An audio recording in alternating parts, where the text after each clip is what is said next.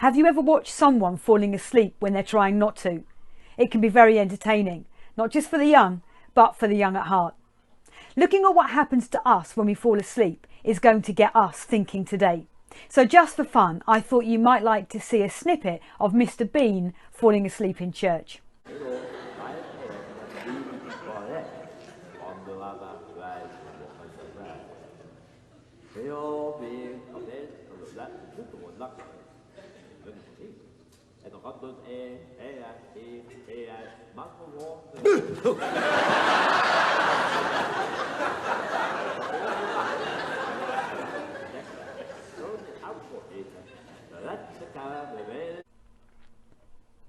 So let's think about what happens to us, to our bodies as we fall asleep. Not just when we're trying not to, but when we lay down to go to sleep.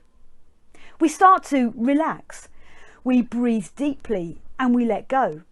Then our bodies rest and we experience peaceful sleep. Well, I'm hoping today that thinking about how we transition into peaceful sleep will help us understand how we can transition from anxiety to experiencing the peace of God in our hearts and minds. Because I think it's a similar process involving relaxing, breathing deeply and letting go. Let me show you what I mean by filling this balloon with a deep breath. And breathing deeply is the key. When you focus on your breathing, you breathe more deeply.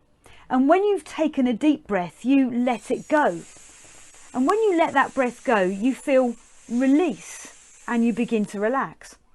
So what happens when you don't allow yourself the space to breathe deeply? You can't let that big breath go. You don't get the same sense of release and ability to relax and find peace. But when does that happen? It happens when you focus on your anxieties, when you live and breathe in the problems that surround you, when you worry about this situation and that situation, when you fret about the future, about the outcome, when you try to do things in your own strength to find that solution, and when you allow yourself to be consumed by a situation that's beyond your control. Well, let's imagine this glass represents all of those things, your anxieties. Watch this.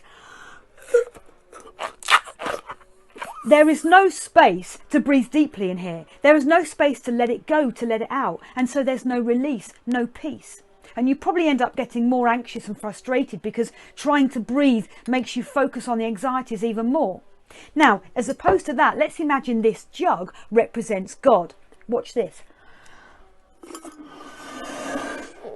When you go to God, you have space to breathe deeply. You're able to then let it out and to let it go and find release and peace.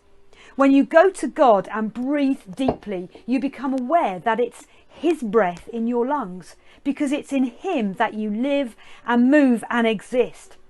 And as we are more aware of God, we focus on who He is and what He has done through Jesus. We're reminded that He is above all things, that He is in control of all things and surrounds us with His Spirit.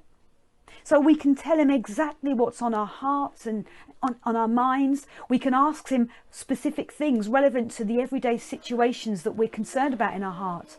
And we can thank Him that He cares, that He knows, and that He wants what's best for us. And that we can thank Him that He's always with us, supporting us in every situation. So that's how we can know the peace which transcends all understanding. So next time you see someone nodding off when they're trying not to, or if you feel your head dropping later this afternoon when you're trying to watch TV, or as you lay in your bed tonight and begin to take those deep breaths that lead to peaceful sleep, take everything to God, your prayers and your praise, and know His peace, which exceeds anything we can understand, that guards our hearts and minds as we live in Christ Jesus.